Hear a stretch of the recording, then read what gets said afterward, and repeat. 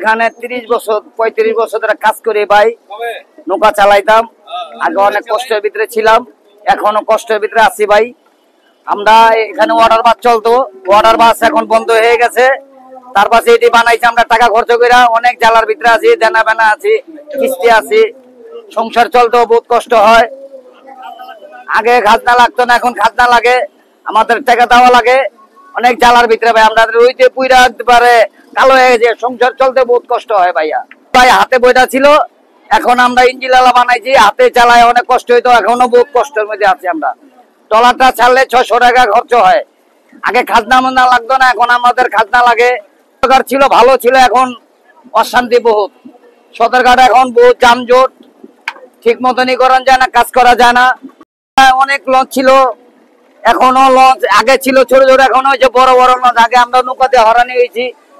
এই ঘাটপুর অনেক যানজট, ঘাটপুর আগে ছিল ছোট, এখনো হয়েছে অনেক বড়, অনেক বড় হয়েছে ঘাটপুর, অনেক যানজট, অনেক কষ্ট হয়।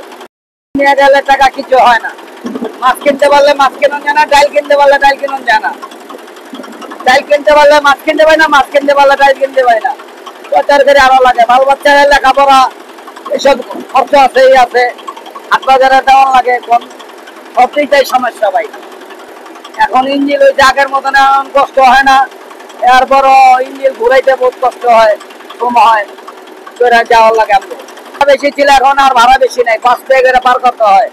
এই যে 30 টাকার খেপ নিয়েছি, এখন যে আধা ঘন্টা পরে কি হয় বলেন?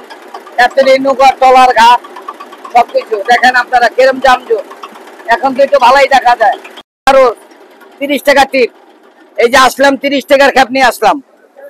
দুইজন মানুষ আমরা কষ্ট করে, দুইজনের বাজার আছে, এই আছে, 1000-1500 টাকা কামকাজ হয় ভাই। দেখেন এই যে দুইটা সংসার, 1000-1500 টাকা কি হয়? বাজারে গেলে কিছু হয় না ভাই। ডাল কিনতে গেলে ডাল কিনা যায় না, মাংস নৌকা চালাইছি এরকম লঞ্চ নুঞ্চ বেকার দিলে অ্যাক্সিডেন্ট হইতো। এখন আর মনে করেন এখন ওদিকে আর যাওয়া যায় না, কোনো অ্যাক্সিডেন্ট এখন আর হয় না।